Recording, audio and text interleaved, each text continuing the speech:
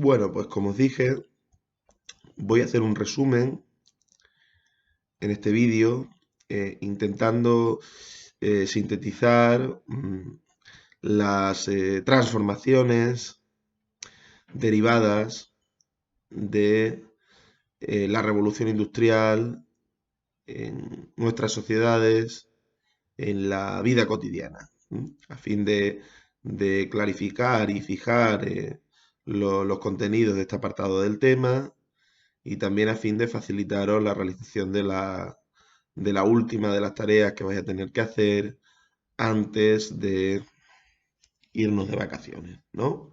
En este trimestre. Bien, comenzando un poco por los cimientos, vamos a recordar qué fue exactamente, cuál es la esencia de ese proceso extraordinario que en cierto modo continúa ante nuestros días y que conocemos con el nombre de revolución industrial, ¿no?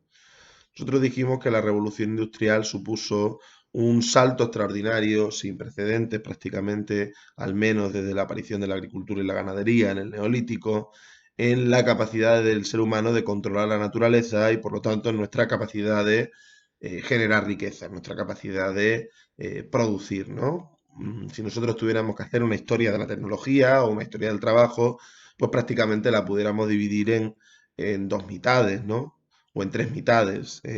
La del ser humano cazador, recolector, prehistórico, el ser humano agricultor y ganadero, y finalmente ya a finales del 18, 19 y 20, el ser humano de la época industrial, el ser humano de la industrialización. Porque entre la aparición de la agricultura y la ganadería y la era industrial, apenas podemos señalar saltos técnicos de la suficiente entidad como para hablar de una renovación completa de la tecnología. Las innovaciones y los avances tecnológicos que tuvieron lugar entre la aparición de la agricultura y la ganadería y la revolución industrial, pues tienen un carácter más bien episódico, esporádico, no se producen modificaciones sustanciales de la capacidad del ser humano en el control de la naturaleza, al menos no de la manera tan sistemática, continua y profunda como los que sucederán a partir de la revolución industrial, ¿no? Entonces digamos que la revolución industrial tiene como primer cambio, y es un cambio de una importancia muy, muy extraordinariamente relevante, un aumento impresionante en nuestra capacidad de producir, en nuestra capacidad de transformar el medio, de transformar la naturaleza, ¿no? Ese es su rasgo definitorio. Un aumento en la capacidad de producción y en la capacidad de control de la naturaleza que tiene su arranque en el empleo de máquinas movidas por fuentes de energía, ¿no? Como el carbón o como el vapor. Máquinas automotrices que ya no dependen o no dependen solo de la fuerza física del hombre como había venido sucediendo hasta aquel momento, ¿no? Eso romperá unas barreras que en el fondo eran muy estrechas a la hora de producir, a la hora de generar riqueza y pues facilitará la multiplicación extraordinaria de bienes, también de personas, que además es continua hasta nuestros días, ¿no?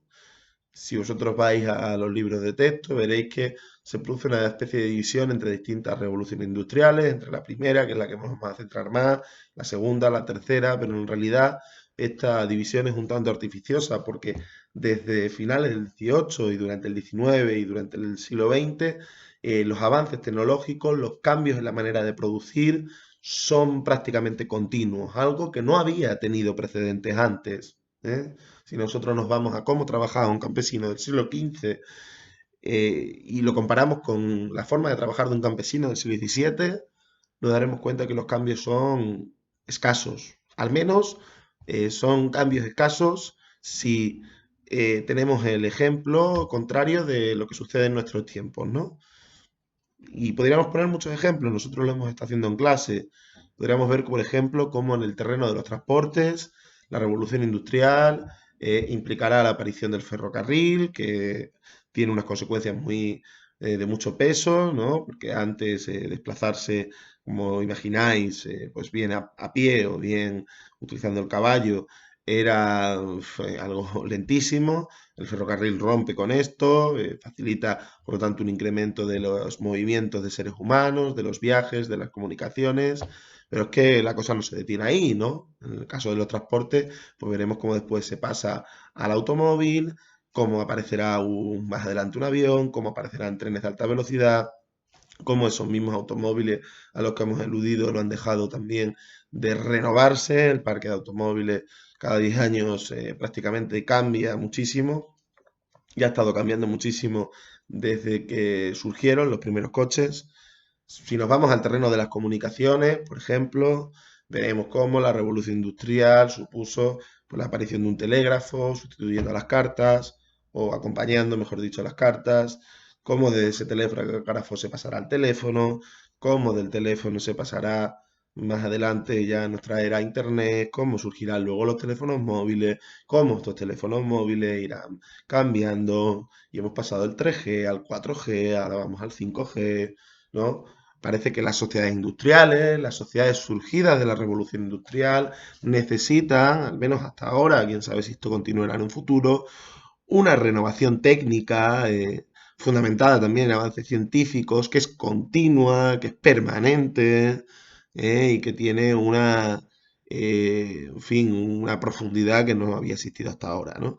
Entonces, básicamente, en esencia, la revolución industrial, y ese es el primero de los cambios que produce la revolución industrial, constituye un salto tecnológico sin precedentes que además es continuo, que además es ininterrumpido. No parará de renovarse la tecnología desde finales del 18 hasta nuestros días, ¿vale? Como decía Marx, la sociedad industrial, la sociedad capitalista, parece que necesita renovar constantemente sus instrumentos de producción, ¿no? Y eso es algo nuevo con respecto a unas sociedades en las que las bases técnicas pues eran más o menos las mismas y si acaso de vez en cuando pues había un invento por aquí, otro invento por allá, etcétera, etcétera, ¿no? Vale, por lo tanto, revolución industrial es sobre todo multiplicación de nuestra capacidad de crear riqueza, multiplicación de nuestra capacidad de generar riqueza, aumento extraordinario del dominio del ser humano sobre la naturaleza. Punto número uno, ¿no? Bien, nosotros hemos dicho también que la revolución industrial de alguna manera cambia la manera de ser del ser humano, cambia nuestra naturaleza como seres humanos. Y nosotros hemos incidido a este respecto sobre todo en que con la revolución industrial nace, o por lo menos se intensifica, la idea de disciplina. La idea de disciplina que está muy asociada a la aparición de horarios fijos, a la necesidad de ser puntuales, a la necesidad de cumplir un trabajo de acuerdo no a nuestras apetencias personales, sino de acuerdo a una serie de reglas preestablecidas, a la necesidad de ser precisos en el trabajo. Antes de la revolución industrial, por ejemplo, el uso del reloj no era especialmente habitual.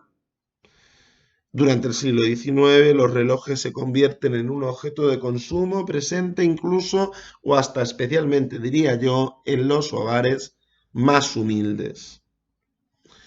Antes de la revolución industrial, la mayor parte de la gente trabajaba o bien su propia parcela de tierra, era campesina, teniendo por supuesto, eso sí, que entregar distintos tipos de prestaciones, en trabajo incluso, pero sobre todo en cosecha o en dinero a los nobles, pero con un cierto control, con una cierta autonomía en relación a X parcela de tierra.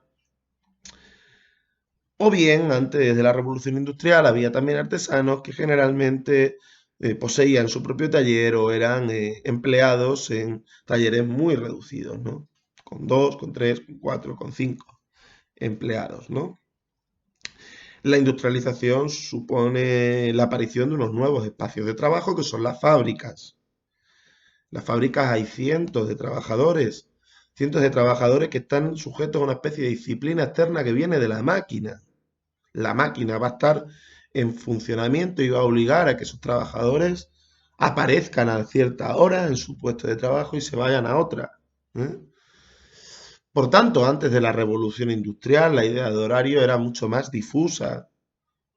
La gente, si le iba bien, si rendía bien un día, podía descansar más al siguiente.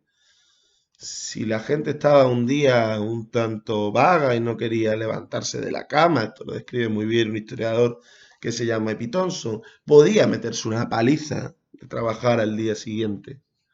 Con la revolución industrial, no. Desde la revolución industrial estamos sujetos a una nueva concepción del tiempo, mucho más ligada a la presencia de horarios, a la necesidad de ser disciplinados. No es casual que de la mano de la fábrica aparezca también otras dos instituciones como son la cárcel y como son la escuela. La escuela, al menos quizás no en su versión francesa, pero en su versión prusiana, alemana, nace en buena medida ligada a inculcar en los hijos de los trabajadores una obediencia, una sumisión, una disciplina que los prepare de cara al trabajo. Vosotros pensad, en la escuela, en el instituto, siempre empezamos las clases a determinada hora y la acabamos a otra. Y nuestro tiempo de descanso, que es el recreo, está perfectamente regulado por unos timbres. No es tan distinto al funcionamiento que presenta una fábrica, al menos en este aspecto, en el aspecto de ser instituciones que nos inculcan, que nos transmiten la disciplina.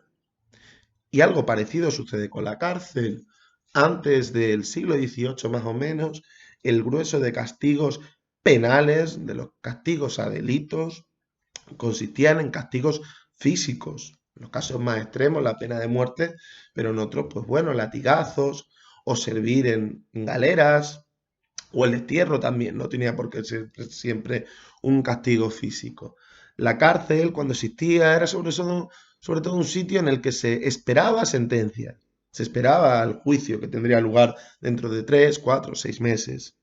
La idea de condenar a una persona a pasar determinados años privado de su libertad de movimiento, en un centro cerrado que conocemos como prisión, es una idea que tiene que ver con la revolución industrial. Como sabéis, a las prisiones van fundamentalmente las personas más humildes.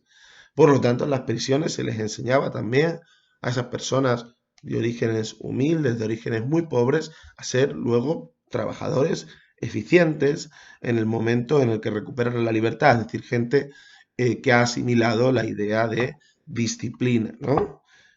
El ejemplo más claro de ello son unas cárceles, una especie de cárceles que había en Inglaterra, la llamada workhouse, donde más que delincuentes lo que iban eran mendigos y vagabundos, que iban a realizar trabajos forzosos que a priori les prepararían para luego ser empleados de una fábrica y rendir de una manera eficiente, ya que la idea de horario y la disciplina que lleva asociada no fue algo fácil de introducir entre los trabajadores europeos. La gente estaba más o menos acostumbrada a hacer las cosas a su manera, ¿m? O incluso estaba acostumbrada, ¿por qué no decirlo?, a más periodos de ocio. Se trabajaba mucho más en los inicios de la época industrial, siglo XIX, que en las sociedades agrarias tradicionales. Se trabajaba mucho más en la primera fase de la revolución industrial. Cuando la gente estaba acostumbrada a eso, empezar en fin, a estar sometido a lo que implicaba una fábrica, donde todos los días te tenías que levantar para hacer lo mismo. Además, generalmente hablamos de jornadas muy largas, 12, 14 horas diarias. Pues esto no era algo que sentara especialmente bien y hubo una gran resistencia. A la gente le costó acostumbrarse, por qué no decirlo, a ser puntual, ¿no? No sé si será casualidad que hoy, digamos, el pueblo británico tenga ese estereotipo de ser especialmente puntuales y sean el primer país que experimentó la revolución industrial y por lo tanto el que ha convivido más tiempo con esta nueva forma de trabajar y con esta nueva sociedad que es la sociedad industrial, ¿vale? Por lo tanto, de momento tenemos dos grandes cambios, dos grandes transformaciones. Un primer cambio, que es que la capacidad de crear riqueza se ha multiplicado porque la tecnología ha experimentado primero una renovación de ruptura, la aparición de las máquinas, y luego un conjunto de renovaciones constantes que llegan hasta nuestros días. La tecnología sigue mejorando, sigue progresando, con todas las ambigüedades que tiene esa palabra. Progreso sigue mejorando hasta nuestros días.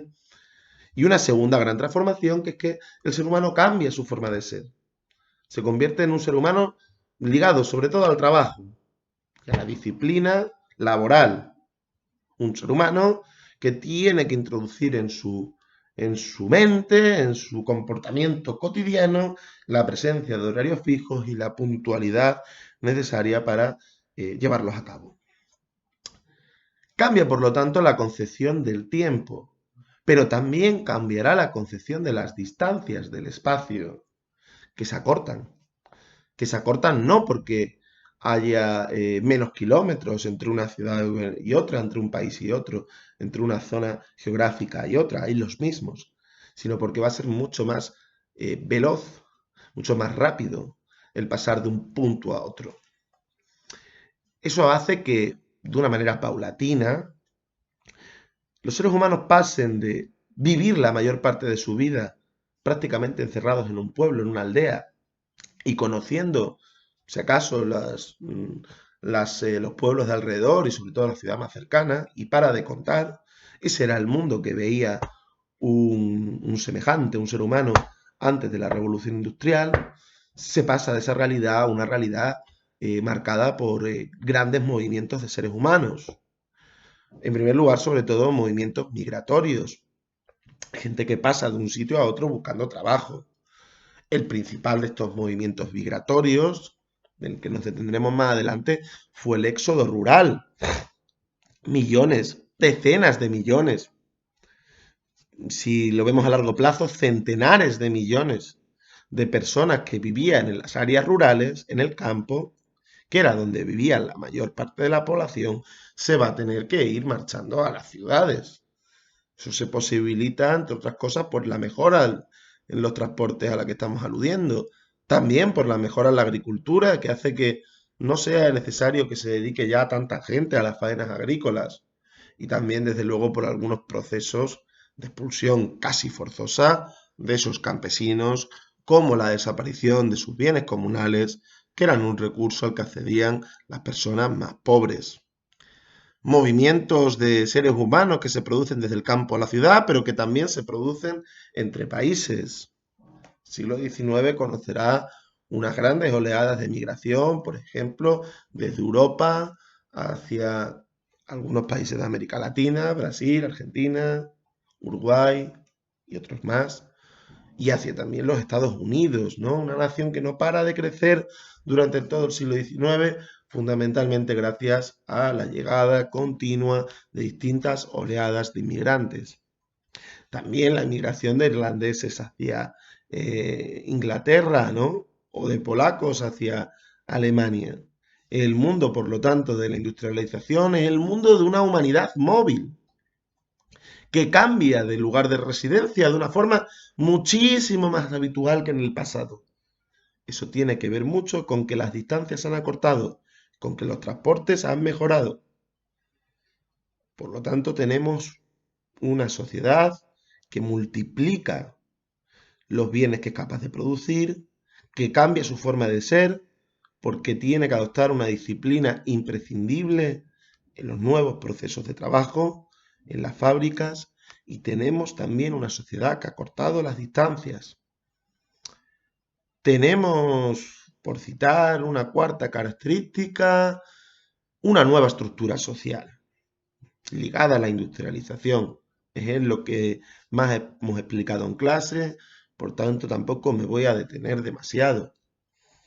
La revolución industrial, luego las cosas se vuelven más complejas, pero al menos en su origen lo que tenderá a producir es una división de la sociedad en dos grandes grupos, en dos grandes clases sociales. Por una parte, la clase de la burguesía, que es la clase que ha triunfado sobre el antiguo régimen, bien sea a través de revoluciones, como las que hemos estudiado, como la Revolución Francesa, o bien sea a través de reformas, y que es sin duda la clase dominante en este nuevo régimen industrial.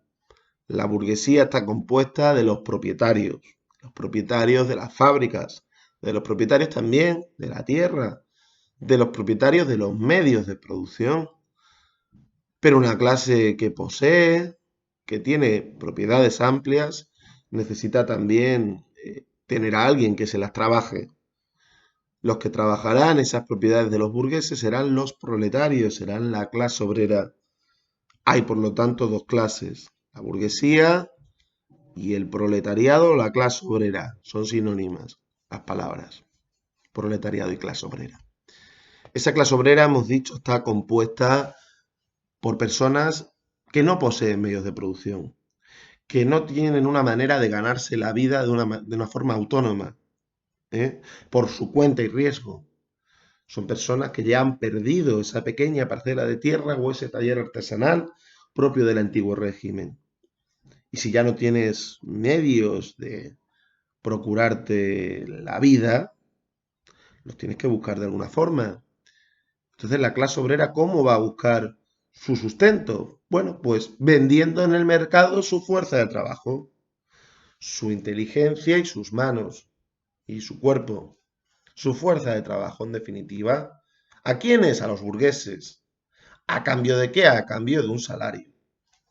La clase obrera, por lo tanto, se va a caracterizar por estar compuesta de trabajadores de todo tipo de oficios que se definen por su carencia de propiedades, porque no tienen propiedades, no tienen nada que perder y porque viven de un salario, ¿no?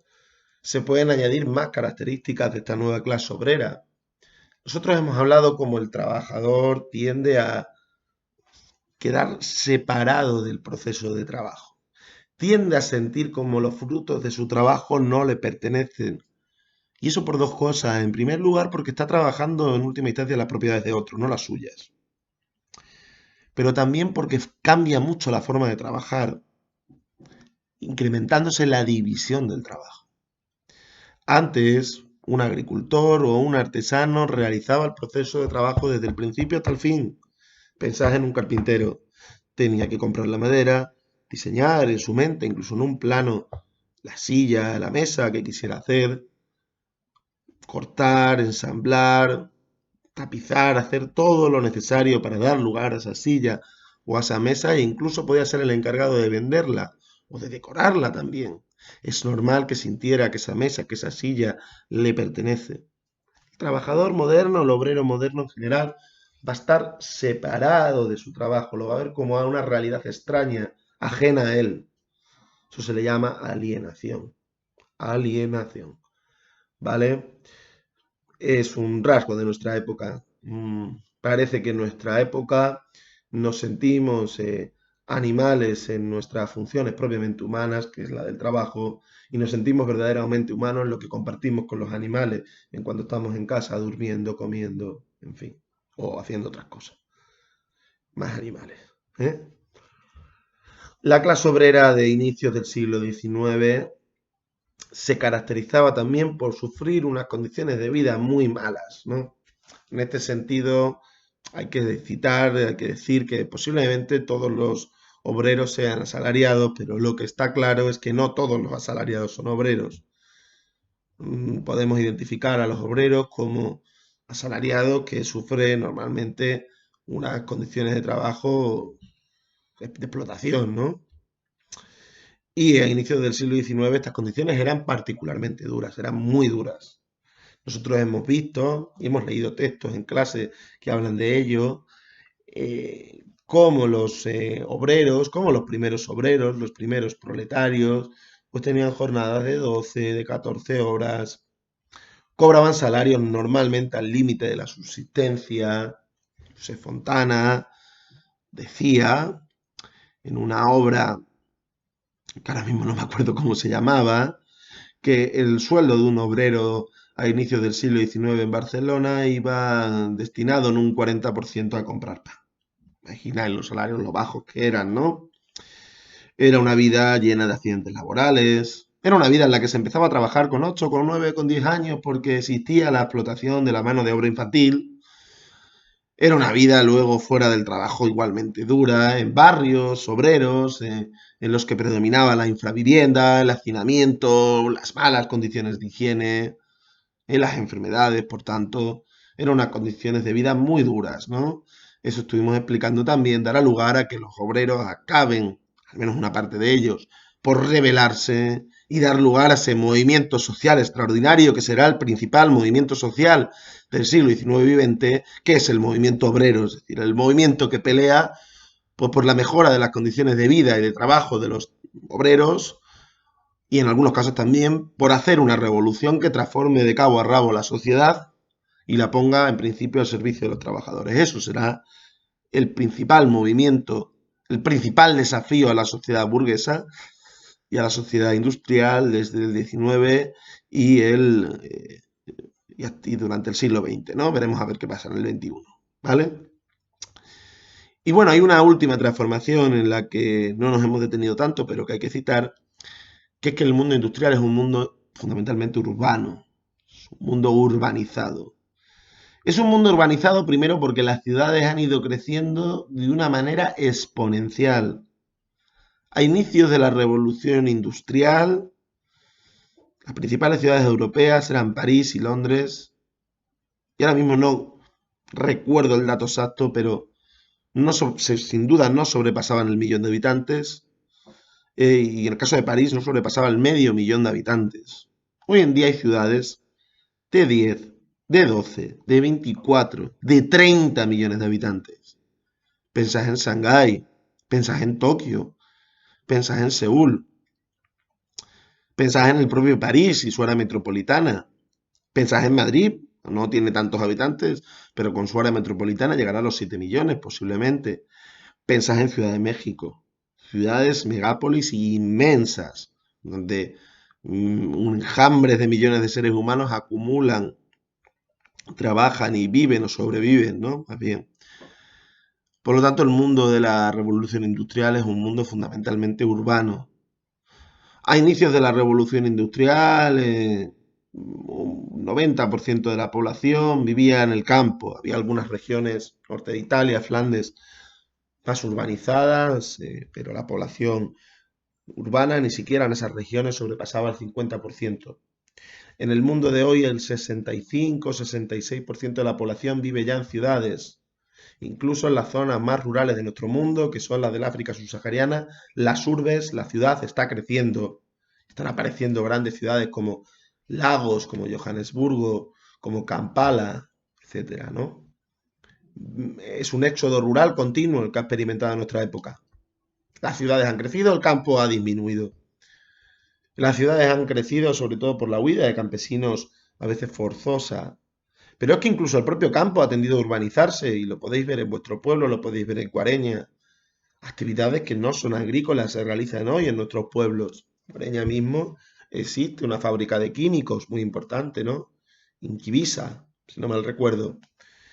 El comportamiento propio de la ciudad se traslada con algunas diferencias y matices, sin duda, a nuestras áreas rurales. Desaparecen las viejas solidaridades propias de la comunidad agraria y que hoy ya tienen un peso cada vez menor, ¿no? Etcétera, etcétera, etcétera, ¿no? Los comportamientos, las modas que antes se concentraban en la ciudad, hoy también existen en los pueblos a través de la influencia de la televisión o más recientemente de las redes sociales, ¿no? El mundo se ha hecho un mundo urbano. Y a mí me gustaría recalcar que en esas ciudades de la época industrial, vamos a encontrarnos también con la presencia de desigualdades profundas. Esas sociedades van a ser ciudades muy desiguales, más desiguales que en el pasado. Unas ciudades donde el espacio va a tener un carácter de clase, con excepciones, ¿eh? Para haber obreros en un barrio acomodado y casi que viceversa, pero normalmente el espacio va a estar mucho más definido que en el pasado. Nosotros vamos a ver, cuando podamos, cómo la nueva ciudad industrial se dividirá en barrios, una identidad muy marcada, ¿no? Por ejemplo, aparecerán los ensanches, normalmente cercanos a los cascos antiguos, con un trazado completamente regular. Si a alguien le interesa ver la perfecta regularidad ortogonal o en cuadrícula de estos ensanches puede ver el plano del ensanche de Barcelona, quizás el más conocido.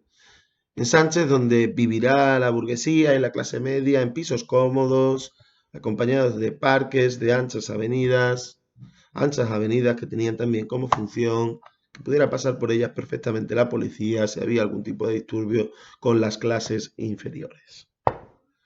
Aparecerán los ensanches y esos ensanches y luego las urbanizaciones de lujo, más posteriores en el tiempo, contrastarán con la presencia de los llamados barrios obreros, ¿no?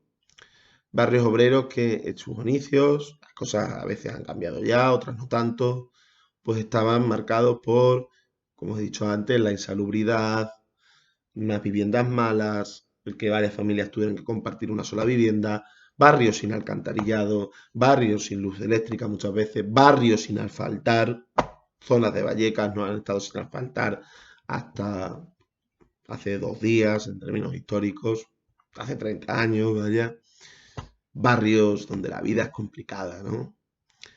Y junto a esos barrios obreros surgirán otros barrios todavía peores, como son los poblados chabolistas. Chabolismo es un fenómeno de nuestra época, un fenómeno que tiene que ver con un crecimiento desordenado de la ciudad, con la llegada a salto de mata de miles de campesinos, de miles de personas procedentes del campo que, claro, como la ciudad está creciendo de forma desordenada, tienen que coger un terreno de forma ilegal y hacerse su chabola. De suerte que a veces se empiezan a concentrar bien a chabola y de repente tienes un barrio entero de viviendas ilegales. Son productos de nuestra época, ¿no? Decía un librito muy famoso, vivimos en un mundo de ciudades miserias. Y es así.